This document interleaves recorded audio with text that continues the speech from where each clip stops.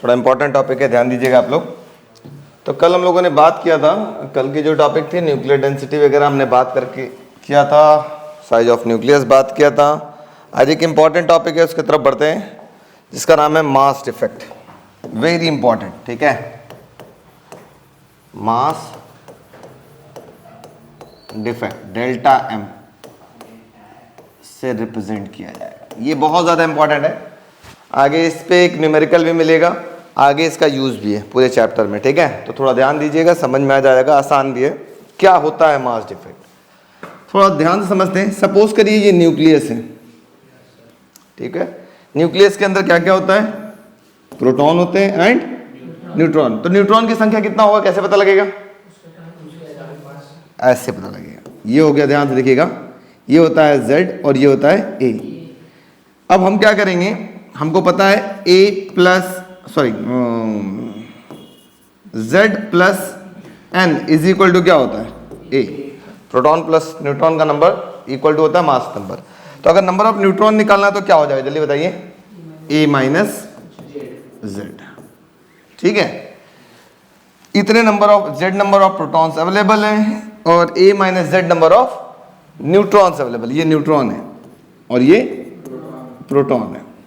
अब इनका मास अलग अलग निकाला जाए, फ्री स्टेट में निकाला जाए, तो अगर सपोज करो सोडियम की बात करें, ठीक है, सपोज करो हम सोडियम की बात करें, ये क्या खुल गया वैसे, तो सोडियम का एटॉमिक नंबर कितना होता है? 11, ठीक है। तो इसके प्रोटॉन का मास कितना हो जाएगा? तो इसमें कितने प्रोटॉन है? 11 हो जाएगा। तो ये हो जाएगा 11 इंटू मास ऑफ प्रोटॉन। लिख सकते हैं क्या? समझ में आ रहा है क्या? अब मान लो ये 23 था, इसका मास नंबर 23 था, तो इसमें नंबर ऑफ न्यूट्रॉन कितना होगा, जल्दी बताओ? 12 माइनस कर दिया जाएगा, तो ये हो जाएगा 12 इंटू मास ऑफ न्यूट्रॉन, मतलब number of neutron. Number of neutron कितना था भाई? 23 माइनस 11 ऐसे किया गया इंटू मास ऑफ न्यूट्रॉन। तो ये अलग अलग मास मिल गया। अब इन दोनों को जब हम जोड़ देते हैं तो ये एक मास मिलेगा किसका? न्यूक्लियस का। किस स्टेट में? फ्री स्टेट में, ठीक है। फ्री स्टेट में ये न्यूक्लियस का मास मिल गया और इसके एक्चुअल मास जो होगा उससे माइनस करेंगे तो कुछ ना कुछ डिफरेंस आएगा। उसी डिफरेंस को हम क्या बोलते हैं? मास डिफेक्ट, ठीक है। तो सबसे पहले हमने क्या किया, इनका जो न्यूक्लियॉन्स था इनका हमने मास निकाला फ्री स्टेट में और इनके एक्चुअल मास से माइनस कर दिया गया। तो दोनों का जो डिफरेंस आएगा इसी को हम लोग क्या बोलते हैं? मास डिफेक्ट कहते हैं। बात समझ में आ गया? तो जैसे हम बात बता दूं आपको, थोड़ा सा ध्यान से देखो जाए। सबसे पहले हम बात करें मास ऑफ Z प्रोटॉन कितना हो जाएगा, जल्दी बताएं? Z into MP। उसी तरह से बात करें mass of A minus Z। A minus Z क्या है? न्यूट्रॉन से। कितना होगा? A minus Z into mass of neutron, ठीक है। अब मास डिफेक्ट कैसे निकलेगा, थोड़ा ध्यान से देखिएगा। इसको मतलब मिटाई दो, जब मिट गया तो मास डिफेक्ट कैसे निकलेगा? डेल्टा M, जिसको हम लोग बोलेंगे मास डिफेक्ट जो डेल्टा M होगा वो होगा ZMP plus A minus ZMN। ये तो हो गया mass of nucleons in free state, minus अगर इनके एक्चुअल मास से माइनस कर दिया जाए तो ये आपको क्या पता चल जाएगा? यही पता चलेगा मास डिफेक्ट, ठीक है। समझ में आया? तो फॉर्मूला याद रखिएगा, फॉर्मूले का बहुत ज्यादा यूज होता है। तो लिख लो फटाफट एक लाइन में स्टेटमेंट, उसके बाद फॉर्मूला लिखना लोग। It is defined as, formula लिख लो फटाफट, सॉरी पहले डेफिनेशन लिख लो। It is defined as the difference between, it is defined as the difference between the mass of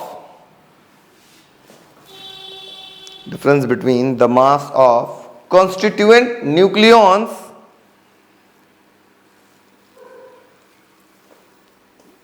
difference between the mass of constituent nucleons of a nucleus in a free state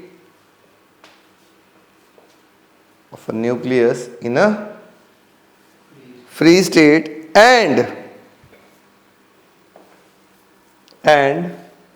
the mass of nucleus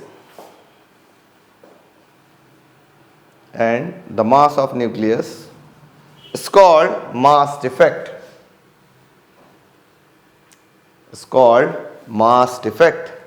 फटाक से note करें, formula याद होना चाहिए। Next heading लिखिएगा बच्चों, nuclear binding energy. Nuclear binding energy, इसको EB से रिप्रेजेंट करते हैं। थोड़ा ध्यान से देखिएगा, EB, कुछ देर बाद EBN एक हो जाएगा, तो दोनों में अंतर होगा। ठीक है, अब देखो EB क्या होता है, समझो। ये आपके पास क्या था, जल्दी बताएं आप लोग। ये था आपके पास न्यूक्लियस। न्यूक्लियस के अंदर क्या क्या होता है, फटाक से बोले आप लोग। Proton and neutrons, A minus Z, दोनों इकट्ठे होते हैं ना। तो कितना कम से कम एनर्जी लगाया जाए कि इन दोनों को अलग अलग सेपरेट कर दिया जाए, Z को अलग, A माइनस Z को अलग। कितना कम से कम एनर्जी लगाया जाए कि इन दोनों को सेपरेट कर दिया जाए, इसी को हम क्या बोलते हैं, न्यूक्लियर बाइंडिंग एनर्जी। ठीक है, इसका फॉर्मूला बड़ा इजी होता है। EB इज इक्वल टू होता है वही delta M into C square. C क्या है, स्पीड ऑफ लाइट, वही E is equal to MC square. ठीक है, so EB is equal to क्या होगा, डेल्टा M अभी हम लोगों ने निकाला था, याद है किसी को, क्या था, जल्दी बोलिए। Z into MP plus A minus Z into MN minus M, ठीक है, इंटू C स्क्वायर। ये हो गया किसका फॉर्मूला, न्यूक्लियर बाइंडिंग एनर्जी का। लेकिन अभी फॉर्मूला एक और होगा। ये जो फॉर्मूला आया है वो जूल वगैरह में आएगा। ठीक है, अभी हम डेफिनेशन वगैरह सब कुछ लिखवाएंगे, लिखिएगा नहीं। ठीक है, अब हमको यही चीज AMU में निकालना है, एटॉमिक मास यूनिट में। तो आप C स्क्वायर हटा लोगे ना, मतलब EB की वैल्यू आप ऐसे लिख दो, वही ZMP plus A minus ZMN minus का M, तो ये आंसर किस में आ गया, AMU में आ गया। ठीक है, लेकिन अगर ज्यादातर आपको जो क्वेश्चन का आंसर निकालना होगा वो किस में निकालना होगा, वो निकालना होगा मेगा इलेक्ट्रॉन वोल्ट में। ठीक है, मेगा इलेक्ट्रॉन वोल्ट में। तो यहां हम नोट लिखवा देते हैं, पहले से ही लिख देते हैं नोट, थोड़ा ध्यान से सुनिएगा, इंपॉर्टेंट नोट है, आगे बहुत ज्यादा यूज होगा न्यूमेरिकल में। 1 AMU equal to 931 mega electron volt. तो यहां AMU को हम 1 AMU बोल सकते हैं। तो अगर इसको मेगा इलेक्ट्रॉन वोल्ट में लिखा जाए तो क्या लिखेंगे, एक और फॉर्मूला मिल जाएगा, EB इज इक्वल टू हो गया क्या, इसको डेल्टा M बोल रहे डायरेक्ट, इस पूरे को हम डेल्टा M बोल सकते हैं, इनटू AMU की जगह क्या लिखेंगे, 931 मेगा इलेक्ट्रॉन वोल्ट। ये भी एक फॉर्मूला हो गया। समझ में आ रहा है? चलो पहले नोट कर लो डेफिनेशन, उसके बाद ये सब नोट करना फटाफट। लिखिए न्यूक्लियर बाइंडिंग एनर्जी ब्रैकेट में EB, the minimum energy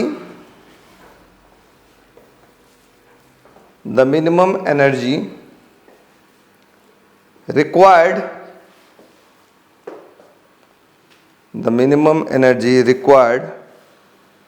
to separate nucleons, the minimum energy required to separate nucleons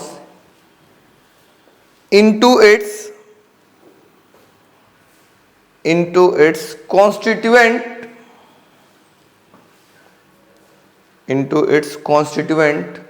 protons and neutrons,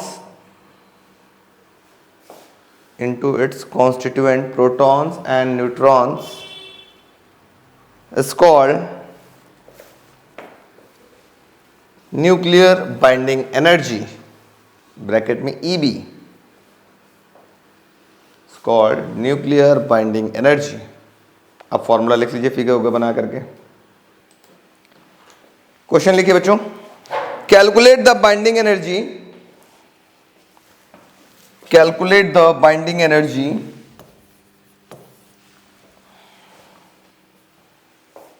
of a helium nucleus, of a helium nucleus, bracket में लिखिएगा 2He4 ऐसे है ना, of a helium nucleus 2He4 bracket में, bracket बंद, given mass of 2He4, वही given mass of 2He4 is equal to 4.0026 A dot M dot U mu, and mass of proton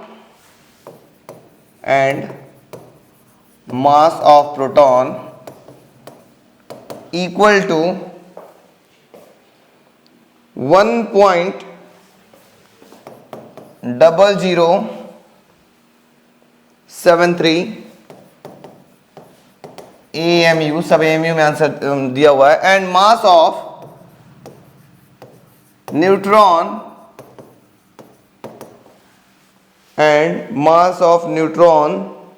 1.0087 AMU। ठीक है, क्या कह रहा है, कैलकुलेट द बाइंडिंग एनर्जी। कोशिश करिएगा कि आप जो भी बाइंडिंग एनर्जी निकालिए मेगा इलेक्ट्रॉन वोल्ट में निकालिए, ठीक है, क्योंकि 99% मेगा इलेक्ट्रॉन वोल्ट में ही निकाला जाता है। एमयू में भी निकाल सकते हैं, लेकिन आप मेगा इलेक्ट्रॉन वोल्ट में ही निकालिएगा। तो क्वेश्चन जब भी आता है मेगा इलेक्ट्रॉन वोल्ट में आंसर, उसको ऑब्जेक्टिव में क्वेश्चन मिल जाते हैं या सब्जेक्टिव में भी। तो कैसे निकलेगा, सबसे पहले बच्चों बताओ, तो सबसे पहले हम लोग को क्या निकालना पड़ेगा, डेल्टा एम ना। तो delta M is equal to क्या होगा, जल्दी बताओ, ये होगा Z M P, very good, plus A minus Z M N minus M into 931 mega electron volt. ऐसा कर सकते हैं क्या, चलो अभी पहले एएमयू में निकाले, फिर बाद में 931 से मल्टीप्लाई कर देंगे। एएमयू दोनों में आंसर लिख देंगे, एग्जामिनर को जिसमें सेटिस्फाइड होगा वो अपना आंसर एक्सेप्ट करेगा, ठीक है। तो delta M is equal to, सबसे पहले जेड कितना है, अगर हम इसको देखा जाए 2He4, तो हमको शायद याद हो एलिमेंट का नाम होता है एक्स ना, ये जेड होता है और ये क्या होता है, ए होता है ना। तो बताओ जेड की वैल्यू कितनी दिख रही है, 2 into mass of proton, mass of proton कितना गिवन है 1.0073 प्लस ए माइनस जेड, ए क्या है 4 minus 2 into mass of neutron, mass of neutron कितना है 1.0087 माइनस मास ऑफ हीलियम, पहले से given actual mass of helium कितना है 4.0026। यहां तक किसी को दिक्कत तो बताओ, नो, वेरी गुड, इजी है, दिक्कत होना भी नहीं चाहिए। So delta M is equal to कितना होगा, मल्टीप्लाई करिए, 3 2 जा 6 7 2 जा 14 10.2 प्लस ये हो जाएगा 2 हो जाएगा, 2 से मल्टीप्लाई करो, 7 2 जा 14 8 2 जा 16 1 17.02, ठीक है, माइनस का 4.0026 AMU साथ में लिखते चलना है, AMU साथ में लिखते चलना है क्योंकि AMU में निकाल लें, ठीक है। So delta M is equal to कितना हो गया, थोड़ा जोड़ लिया जाए, 6 4 10 7 4 11 और 1 12 1 1 2 और 1 3 0.4 माइनस का 4.0026 AMU। इन दोनों को जोड़ लिया जाए कितना आएगा, सॉरी घटा लिया जाए, डेल्टा एम बराबर कितना आ गया, जल्दी बताओ बच्चों, 4, चलो पीछे 4 और यहाँ बचा 1 ना, 11 में से 2 गया 9 और बचा कितना यहाँ पर 2 बचा, तो 2 डायरेक्ट आ जाएगा 0.0 AMU। नाउ इसको अगर हम मेगा इलेक्ट्रॉन वोल्ट में बात करें तो छोटा कर देंगे इसको, इसी यहीं पर कर देते हैं, अगला पेज क्यों हो जाए। ठीक है, इसको जब हमको मेगा इलेक्ट्रॉन वोल्ट में कन्वर्ट करना है तो क्या करेंगे, जल्दी बच्चों बताओ लोग। यस, और एक और काम हमने गलत किया है। गलत क्या किया है, डेल्टा एम की जगह यहां मुझे क्या लिखना था, EB, बाइंडिंग एनर्जी निकाल रहे हैं, ये होना चाहिए EB, सॉरी। डेल्टा एम कब लिखते हैं, कोई बच्चा बताएगा? अगर यहाँ AMU नहीं लिखते तब ये डेल्टा एम लिखते ना। हाँ, सो EB इज इक्वल टू हम लोग लिख सकते हैं 0.0294 इंटू 931 मेगा इलेक्ट्रॉन वोल्ट। अब इसको जब आप मल्टीप्लाई कर लेंगे तो EB की वैल्यू मैं बता दे रहा हूँ कितना आ रहा है, लगभग आ रहा है 27.3714 मेगा इलेक्ट्रॉन वोल्ट। बात समझ में आई? ये भी आंसर होगा, ये भी आंसर आप एनसर्कल कर देंगे, एग्जामिनर को जो चाहिए वो उठा लेगा। नेक्स्ट हेडिंग है न्यूक्लियर बाइंडिंग एनर्जी पर न्यूक्लियॉन। न्यूक्लियर बाइंडिंग एनर्जी पर न्यूक्लियॉन्स, इसको हम बोलते हैं EBN, एन आ जाएगा। ठीक है, वहां अभी EB था, अभी क्या आ जाएगा EBN। EBN बराबर क्या होता है, बड़ा इजी है, थोड़ा ध्यान समझिएगा। EBN इक्वल टू होता है EB अपॉन में मास नंबर, मतलब कितना एवरेज एनर्जी जरूरत पड़ रहा है उस न्यूक्लियॉन को न्यूक्लियस से बाहर निकालने में।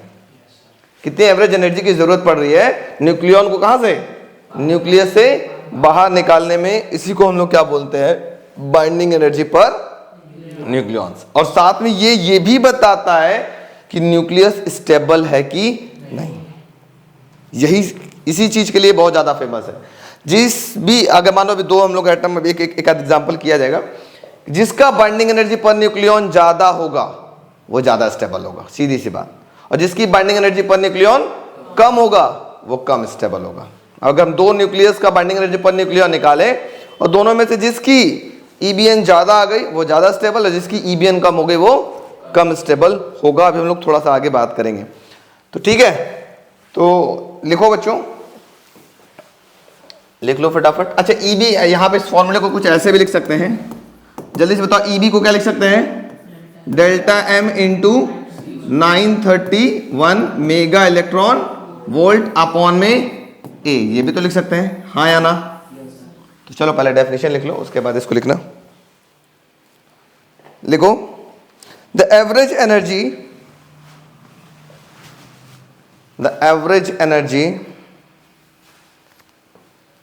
required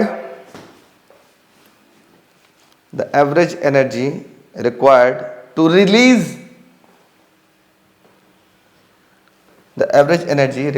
release a nucleons from the nucleus, the average energy required to release nucleons from the nucleus is called nuclear binding energy per nucleon. It's called nuclear binding energy per nucleon. Formula note करिए, नीचे note लिखिएगा, very important करके लिखिएगा नीचे note. Nuclear binding energy पर nucleons, nuclear binding energy per nucleons determines the stability of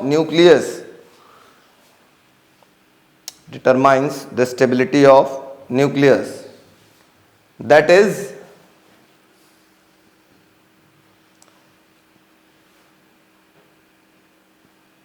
for two different nuclei, that is for two different nuclei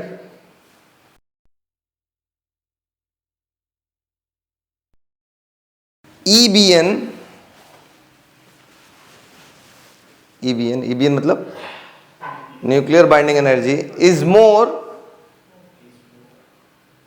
denotes that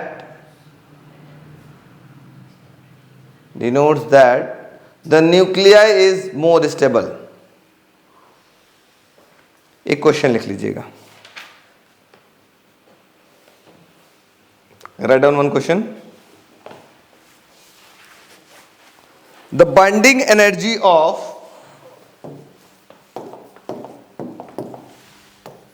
the binding energy of 2He4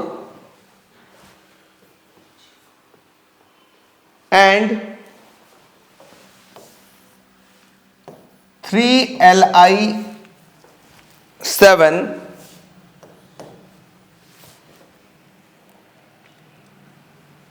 nuclei are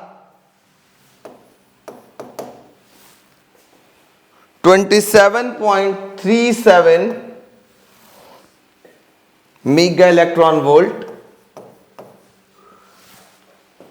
and 39.3 mega electron volt respectively,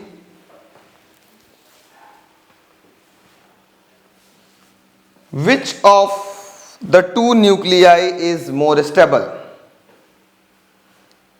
Which of the two nuclei is more stable? तो बड़ा easy है ये question में। क्या given है बच्चों जल्दी बताओ। ये इसका क्या है, EB गिवन है, ये भी इसका क्या है, EB गिवन है ना। अब हमको पता है EBN निकालना है, इसका EBN निकाल लिया जाए। EBN ऑफ हीलियम की बात कर ले तो ये कितना आएगा, हम लोगों ने फॉर्मूला क्या पढ़ा था बताओ, EB अपॉन में A। अब हमको एलिमेंट का नाम पता है, ये होता है Z, ये होता है A। तो बताओ इसमें A कितना हो गया, EBN equal to EB given है 27.37 मेगा इलेक्ट्रॉन वोल्ट अपॉन में A इसका कितना गिवन है 4 से डिवाइड कर लो। EBN की वैल्यू इसकी कितनी मिल गई जल्दी बताओ, 4 से डिवाइड करो कितना आ जाएगा, फटाफट डिवाइड करो। इसका आ जाएगा, मैं बता देता हूं डायरेक्ट, 6.84 मेगा इलेक्ट्रॉन वोल्ट। अब उसी तरह से इसका निकाल लिया जाए EBN कितना आएगा, इसका भी होगा वही EB अपॉन में A। EB इसकी कितनी है, वही है 39.3 अपॉन में A कितना है 7 है, ये इसका A हो जाएगा है ना। सो EBN इसका कितना आ जाएगा, इसका EBN जब हम सॉल्व करेंगे तो इसकी वैल्यू आ गई लगभग 5.61 मेगा इलेक्ट्रॉन वोल्ट। अब कोई मुझे बच्चा बताए किसका बाइंडिंग एनर्जी पर न्यूक्लियॉन ज्यादा है, He का, तो ये ज्यादा स्टेबल होगा। तो लिखेंगे therefore EBN of He is greater than EBN of Li, therefore यहाँ since होना चाहिए, not therefore, since EBN of He is greater than the EBN of Li, therefore helium is more stable than lithium। बात समझ में आ गया। इसका मतलब EBN क्या बताता है, स्टेबिलिटी ऑफ न्यूक्लियस, जिसका EBN ज्यादा वो ज्यादा स्टेबल। नोट कर लो फटाक से। यस सर दिख रहा है। ठीक है, ये कर्व है, ये कर्व आपके पास बाइंडिंग एनर्जी पर न्यूक्लियॉन वर्सेस मास नंबर, ठीक है, इनके बीच में एक कर्व ये आपके पास प्लॉट किया गया है। देखिए इधर मास नंबर है, इधर मास नंबर है और इधर बाइंडिंग एनर्जी पर न्यूक्लियॉन। अब जैसा कि हम लोग जानते हैं कि जिस भी एटम का बाइंडिंग एनर्जी पर न्यूक्लियॉन ज्यादा होगा वो ज्यादा स्टेबल होगा। तो जैसे अगर हम देखें तो यहां पर हाइड्रोजन के दो आइसोटोप्स है, ठीक है, एक इधर है, एक ये है, एक ये है, ठीक है। तो अब मैं पूछूं कि इन दोनों में से कौन ज्यादा स्टेबल होगा, तो सीधी सी बात है जिसका बाइंडिंग एनर्जी पर न्यूक्लियॉन ज्यादा है, इस कर्व में जो ऊंचा पर है वो ज्यादा स्टेबल होगा। इसका मतलब ये वाला हाइड्रोजन ज्यादा स्टेबल होगा एज कंपेयर टू दिस। अगर हम बोले हीलियम ले लो और लिथियम ले लो, कौन ज्यादा स्टेबल होगा जल्दी बताओ आप लोग, कौन ज्यादा स्टेबल होगा, हीलियम, क्योंकि हीलियम का बाइंडिंग एनर्जी पर न्यूक्लियॉन ज्यादा है एज कंपेयर टू लिथियम। उसी प्रकार से आगे थोड़ा सा चला जाए, थोड़ा सा और आगे बढ़ा जाए। अगर हम ले लें सल्फ, यहां पे ले लेते हैं, ठीक है चलो, एक कार्बन ले लेते हैं और यहां नाइट्रोजन ले लेते हैं। किसका बाइंडिंग एनर्जी पर न्यूक्लियन ज्यादा है? कार्बन का। तो जिसका बाइंडिंग एनर्जी पर न्यूक्लियन ज्यादा है वो ज्यादा स्टेबल, जिसका बाइंडिंग एनर्जी पर न्यूक्लियन कम है वो कम स्टेबल। ठीक है, यहां तक समझ में आया? इसका मतलब यहां पे कार्बन ज्यादा स्टेबल है, नाइट्रोजन नीचे है, ये कम स्टेबल है। ठीक है, तो बाइंडिंग एनर्जी पर न्यूक्लियन यही कहता है कि जिसका, अब देखो यहां पर एक और बहुत अच्छी चीज दिखने के लिए मिलेगा, कुछ ऐसे भी आपको एटम मिलेंगे वो बहुत भारी तो हैं लेकिन स्टेबल नहीं। जैसे देखा जाए यूरेनियम 238, एक यूरेनियम 238 को उठा लो और एक आयरन को उठा लो, अब मैं पूछूं कौन ज्यादा स्टेबल है, आप बताओ। तो दिखेगा कि यूरेनियम 238 का बाइंडिंग एनर्जी पर न्यूक्लियन यहां कहीं आ रहा है और आयरन का बाइंडिंग एनर्जी पर न्यूक्लियन यहां आ रहा है, तो कौन ज्यादा स्टेबल है? जल्दी बताओ, कौन ज्यादा स्टेबल है? आयरन। ठीक है, व्हाई? आंसर है क्योंकि इसका बाइंडिंग एनर्जी पर न्यूक्लियन ज्यादा है। तो जिसका बाइंडिंग एनर्जी पर न्यूक्लियन ज्यादा होगा वो ज्यादा स्टेबल होगा। अब यही कुछ बातें आपकी एनसीईआरटी कहती है और वेरी इंपॉर्टेंट बात कहती है। ठीक है, इस बात को, सारे पॉइंट इंपॉर्टेंट है, मैं बता रहा हूं, एक एक पॉइंट को समझिएगा। इसको मैं कर देता हूं छोटा और इसको कोने में ऐसे भिड़ा देता हूं, ऐसे रख दीजिए। सबसे पहले क्या बोला है? Binding energy per nucleon versus mass number A for the large number of nuclei, we notice the following main features of the plot. इस ग्राफ से आपको कुछ फॉलोइंग फीचर्स आपको देखने के लिए मिले। क्या क्या मिले? मैं इस ग्राफ को थोड़ा सा यहाँ पे बड़ा कर लेता हूँ, थोड़ा सा सही रहेगा, समझाने में भी मजा आएगा। ऐसे यहाँ पे कर लेता हूँ, ठीक है, थोड़ा ध्यान दीजिएगा। कुछ फीचर्स क्या क्या? पहला बोल रहा है the binding energy per nucleon is practically constant. Binding energy per nucleon practically constant, that is practically independent of atomic number for the nuclei, जिसका रेंज कहां से कहां तक हो? 30 से लेके 170 तक का मास नंबर है, उसकी बाइंडिंग एनर्जी पर न्यूक्लियन लगभग कांस्टेंट है। लगभग कांस्टेंट का मतलब 30 क्या है? 30 कहीं यहीं कहीं है, और 170 कहां है? 170 भी कहीं यहीं कहीं है। तो देखो ये लगभग एक रेंज में है। एक रेंज में का मतलब मान लिया जाता है कि कांस्टेंट, ठीक है, बहुत ज्यादा वेरी नहीं कर रहा है।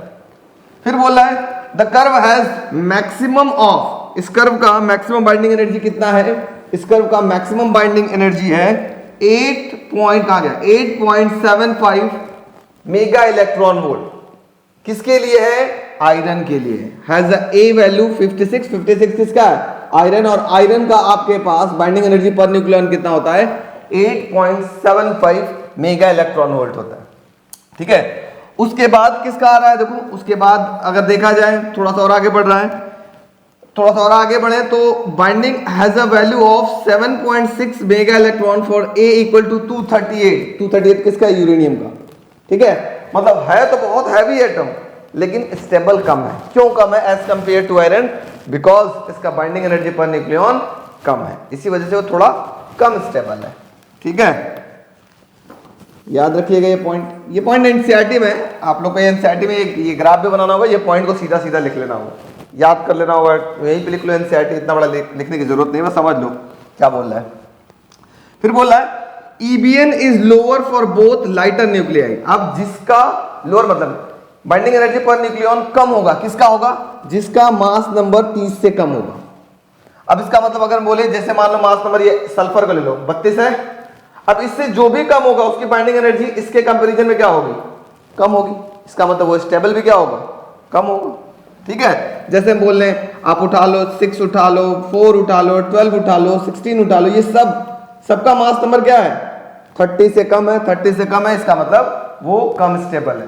या अगर 170 से ज्यादा है वो भी कम स्टेबल है। जैसे बात करें 170 यहीं कहीं पड़ेगा, 170 से ज्यादा ये सब आ रहे हैं, ये भी देखो इससे कम है, आयरन से या मोलिब्डेनम से, ये भी कम स्टेबल है। क्यों?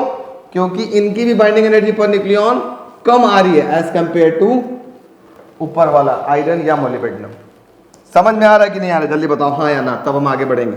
इंपॉर्टेंट चीज है, बहुत ज्यादा दिमाग नहीं लगाना है, बस इस कर्व को ध्यान देना है। जिसका बाइंडिंग एनर्जी पर न्यूक्लियन ज्यादा वो ज्यादा स्टेबल, जिसका बाइंडिंग एनर्जी पर न्यूक्लियन कम वो कम स्टेबल। यहां तक बात समझ में आई कि नहीं? हाँ या ना बोले वीडियो वालों को, बोले हाँ ना। आया समझ में? पहला वाला पॉइंट क्या है बेटा? कुछ नहीं है, 170 से उठाओ, 30 से लेके 170 तक को कांस्टेंट मान लिया गया है।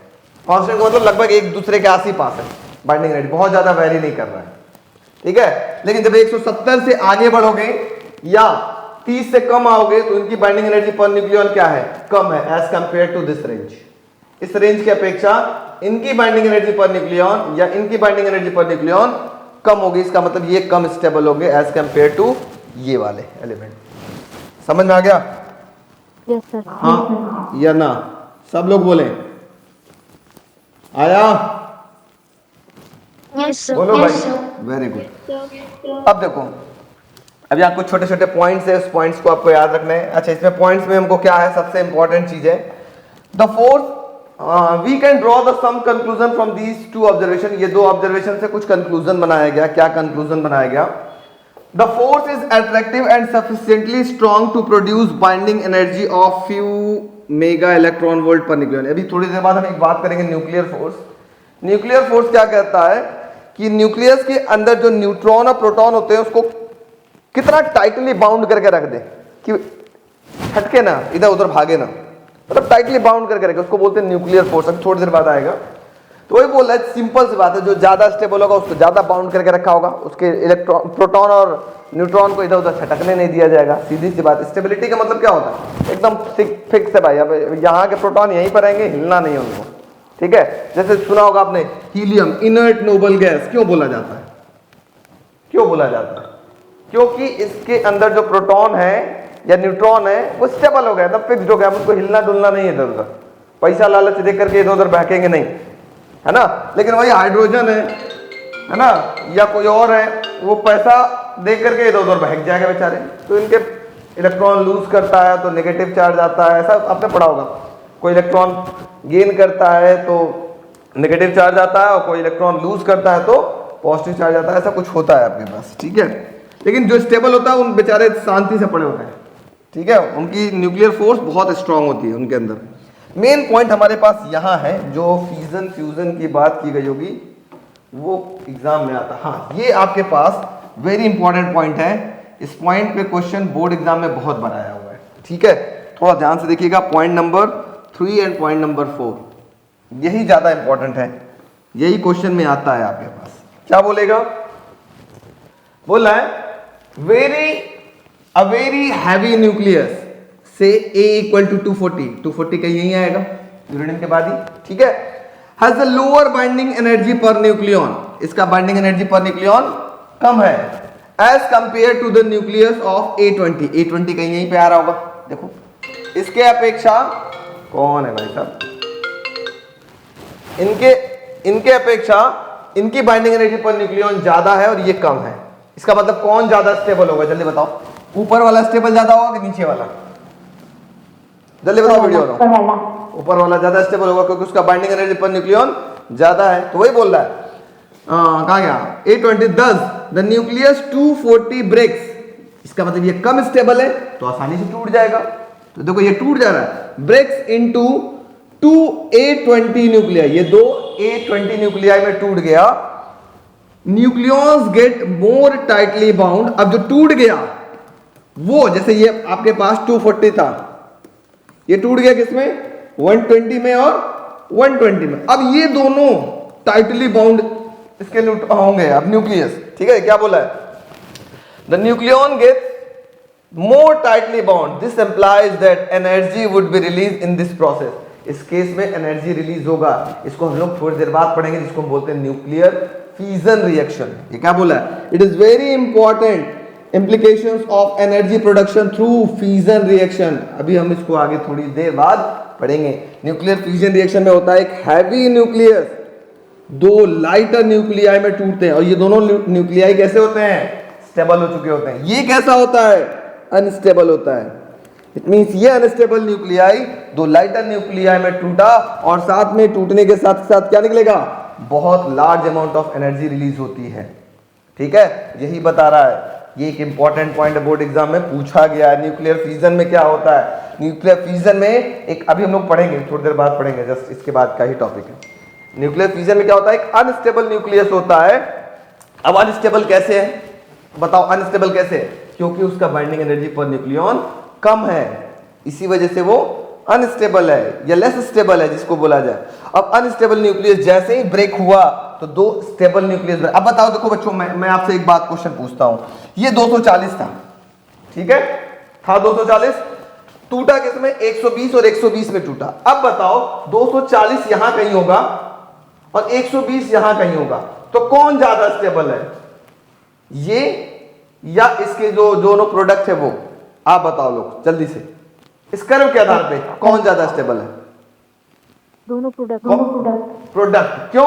क्योंकि इनकी बाइंडिंग एनर्जी पर न्यूक्लियन ज्यादा है एज कंपेयर टू दिस, है ना? इसी वजह से ये दोनों प्रोडक्ट जो हो जाते हैं वो ज्यादा स्टेबल हो जाते हैं। जब स्टेबल हो गए तो साथ साथ इसमें एक एनर्जी रिलीज होती है जिसको हम बोलते हैं क्यू एनर्जी, जिसकी वैल्यू हम लोग आगे कैलकुलेट करना सीखेंगे।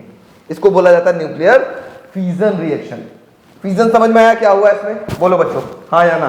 सर सबको आया? चलो, ये फिजन का एक बेसिक कॉन्सेप्ट था, ठीक है। ये एक कर्व के आधार पे, ये पॉइंट अभी मैं आपसे कहूंगा कि लिखिए, छापिए, लेकिन फिलहाल अभी देखिए, छापने का ठीक है, लेकिन पहले इसको देखिए, समझिए।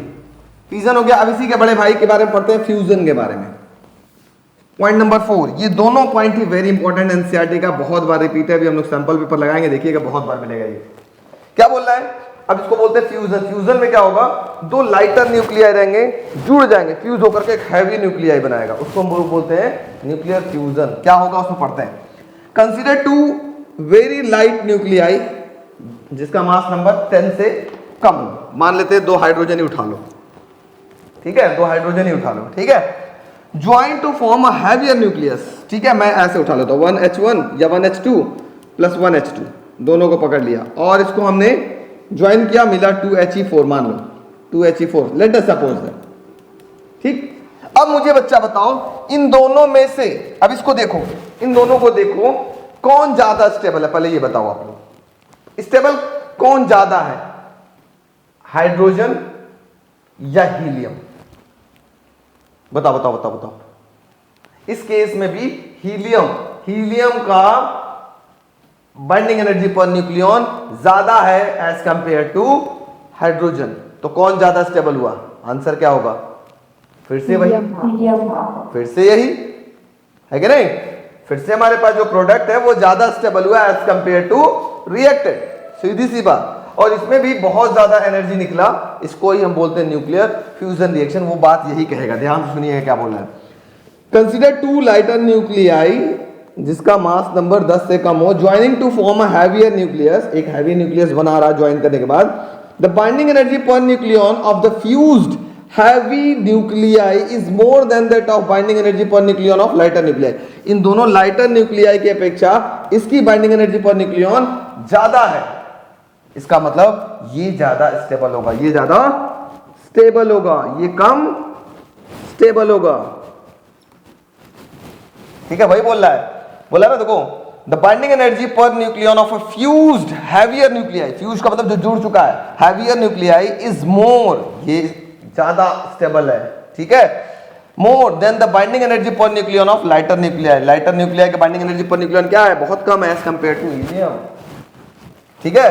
This means that the final system is more tightly bound. इसका मतलब क्या है? ये जो मिला है ये ज्यादा टाइटली बाउंड होगा, ठीक है, देन द इनिशियल सिस्टम, पहले के अपेक्षा ये ज्यादा टाइटली बाउंड होगा। टाइटली बाउंड का मतलब पैक्ड होगा ज्यादा हैवीली, ठीक है। Hence energy would be release in such process, इस केस में भी एनर्जी रिलीज होगा, क्यू एनर्जी, इसको हम क्या बोलते हैं? न्यूक्लियर फ्यूजन बोलते हैं। बात समझ में आया कि नहीं? हाँ या ना, जल्दी बताओ आप लोग। चलिए अगला हेडिंग लिखते हैं हम लोग, न्यूक्लियर फोर्स, ठीक है, इसको मैं छोटा कर देता हूं, ऐसे रन देता हूं। अगला हेडिंग लिखिएगा nuclear force, NUCLEAR, nuclear FORCE, इसको हम F बेस में N से रिप्रेजेंट करेंगे। अब बहुत सिंपल सी कहानी है, बचपन से आप लोग पढ़ते आए हैं कि भाई साहब जैसे बोला जाए, अगर सोडियम को उठा लें 1123, 11 पॉजिटिव चार्ज इस न्यूक्लियस के अंदर, 11 प्रोटॉन का मतलब होता है 11 पॉजिटिव चार्ज। ये हो गया 4, 5, 6, 7, 8, 9, 10, 11। ये 11 पॉजिटिव चार्ज इस न्यूक्लियस के अंदर कैसे रह पाते हैं? क्योंकि हम लोग पढ़े like charges ripple each other, है ना। चार्ज तो रिपल करके बाहर आ जाना चाहिए, उधर छटक जाना चाहिए। कैसे रह जाते हैं इस न्यूक्लियस के अंदर? तो इसके ऊपर लगा होता है कौन सा फोर्स?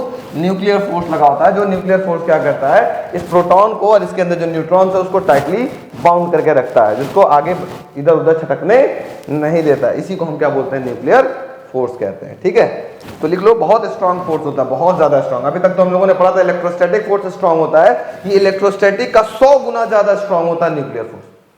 इलेक्ट्रोस्टैटिक फोर्स से भी 100 गुना ज्यादा स्ट्रांग होता है। अभी हम लोगों ने पढ़ा था ना, ग्रेविटेशनल फोर्स जो होता था, इलेक्ट्रोस्टैटिक फोर्स जो होता था वो 10 to the power 39 times gravitational force होता था, पढ़ा था। 39 या 36 टाइम्स ग्रेविटेशनल फोर्स होता था। लेकिन इलेक्ट्रोस्टैटिक फोर्स से भी बड़ा होता है न्यूक्लियर फोर्स। कितना होता है? 100 टाइम्स बड़ा होता है। तो सोच के देखो, इसी फोर्स के वजह से ये इलेक्ट्रॉन जो इसके अंदर 11 पॉजिटिव चार्जेस हैं वो इधर उधर बहकते नहीं है। इंपॉर्टेंट है पॉइंट। ठीक है, तो लिख लो फटाफट। Nuclear force is the force, nuclear force is the force that binds, nuclear force is the force that binds the proton and neutron in the nucleus together, that binds proton and neutron in the nucleus together। ठीक है, nucleus के अंदर proton और neutron को इकट्ठा bind करके रखता है। इस फोर्स का नाम क्या होता है? Nuclear force. अब वेरी इंपॉर्टेंट बोर्ड एग्जाम में पूछा गया है, properties, properties of nuclear force. अगला हेडिंग लिखिएगा, properties of nuclear force. Point number 1, point wise लिखते जाइए, लिखते जाइए, समझाते चले जा रहे हैं। ठीक है, बहुत इजी है। पहला point, nuclear force is the, nuclear force is the strongest fundamental force in nature. Nuclear force is the strongest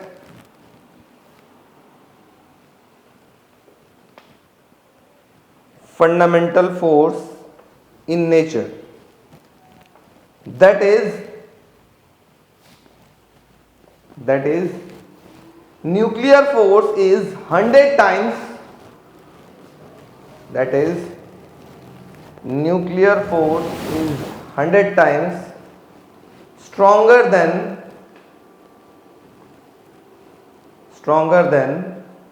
the electrostatic force। ठीक है बच्चों, मतलब क्या है? ये दुनिया का, नेचर का सबसे बड़ा फोर्स है। इस फोर्स का नाम क्या है? क्या नाम है? Nuclear force. ये इलेक्ट्रोस्टैटिक फोर्स से कितना बड़ा है? 100 गुना ज्यादा बड़ा है। ठीक है, सेकेंड पॉइंट, न्यूक्लियर फोर्स हमेशा अट्रैक्टिव होता है। ठीक है, तो लिख लो next point, nuclear force is mainly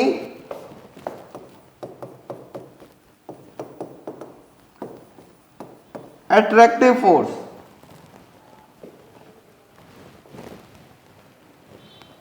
Nuclear force is mainly attractive force, मतलब ये फोर्स हमेशा कैसा होता है? अट्रैक्टिव होता है। ठीक है, next point, nuclear force is charge independent. Nuclear force is charge independent, मतलब ये चार्ज पे डिपेंड नहीं करता है। ठीक है, nuclear force is charge independent. Next point, nuclear force is a short range force. Nuclear force is a short range force. Short range force होता है, इसका रेंज बहुत छोटा होता है। नेक्स्ट पॉइंट, इसमें से 2-3 लिखने के लिए आता है, right 2-3 properties of nuclear force, ठीक है, अभी आया हुआ दिखाएंगे सैंपल पेपर में, ठीक है। Next point, nuclear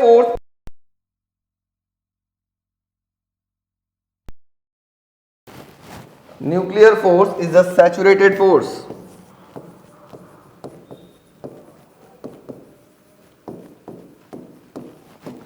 nuclear force is a saturated force. जो पॉइंट याद रहे वो लिख दीजिएगा, कोई टेंशन नहीं है, कोई ना कोई तो याद आ ही जाएगा। Nuclear force is an exchange force. Nuclear force is an EXCHANGE exchange force. Point number 7, nuclear force is a non central force. Non central force. Point number 8, nuclear force is spin dependent. Force is spin dependent, ठीक है। तो इनमें से आप बहुत ज्यादा मत याद रखेंगे तो ये याद रख लीजिए, ये बहुत स्ट्रांग होता है, ये अट्रैक्टिव होता है, ये चार्ज पे डिपेंड नहीं करता है, और ये शॉर्ट रेंज फोर्स होता है। इतना 4 में तो आपका काम हो जाएगा, और 5वां अगर कुछ भी याद हो गया तो ठीक है, नहीं याद हुआ तो चल जाएगा काम, ठीक है। लेकिन ये आता जरूर है, मुझे लगता है कि सर पिछले साल के पेपर में भी इसका कुछ प्रॉपर्टीज वगैरह आई थिंक सो कुछ पूछा गया था, शायद ऐसा कुछ क्वेश्चन था, मुझे याद नहीं है एग्जैक्टली। इस टाइप के कुछ क्वेश्चंस थे इसकी प्रॉपर्टीज वगैरह पे, पलट कर देखने में थोड़ा सा क्लियर हुआ बच्चों? हाँ या ना? What is